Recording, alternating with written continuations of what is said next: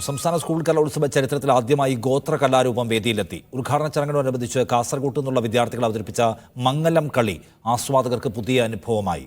Cinema താരവും നർത്തകിയുമായ ആശ ശരത്തും വിദ്യാർത്ഥികളും അവതരിപ്പിച്ച സ്വാഗത ഗാനത്തിന്റെ ദൃശ്യാവിഷ്കാരവും കയ്യടി നേടി.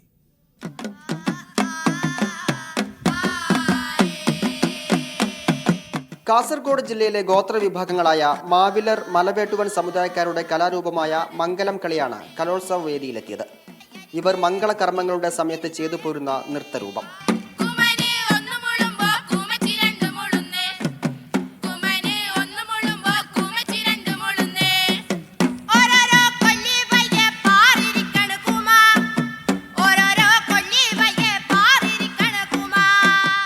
വിദ്യാർത്ഥികൾ അവതരിപ്പിച്ച നൃത്തം കാണികൾക്ക് വേറിട്ട അനുഭവമായി.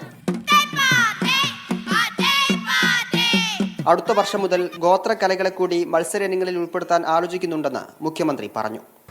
അടുത്ത കൊല്ലം മുതൽ ഗോത്രകലകളെ മത്സര ഇനങ്ങളായി ഉൾപ്പെടുത്തുന്ന കാര്യം പരിഗണിക്കാനാണ് സർക്കാർ ഉദ്ദേശിക്കുന്നത്.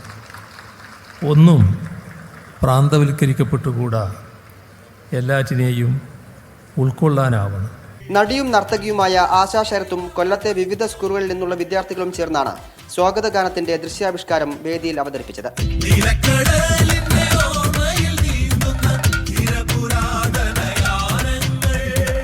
ഉദ്ഘാടന ചടങ്ങിന് മുൻപ് ഭിന്നശേഷിക്കാരായ വിദ്യാർത്ഥികളുടെ പ്രകടനങ്ങളും വേദിയിലെത്തി.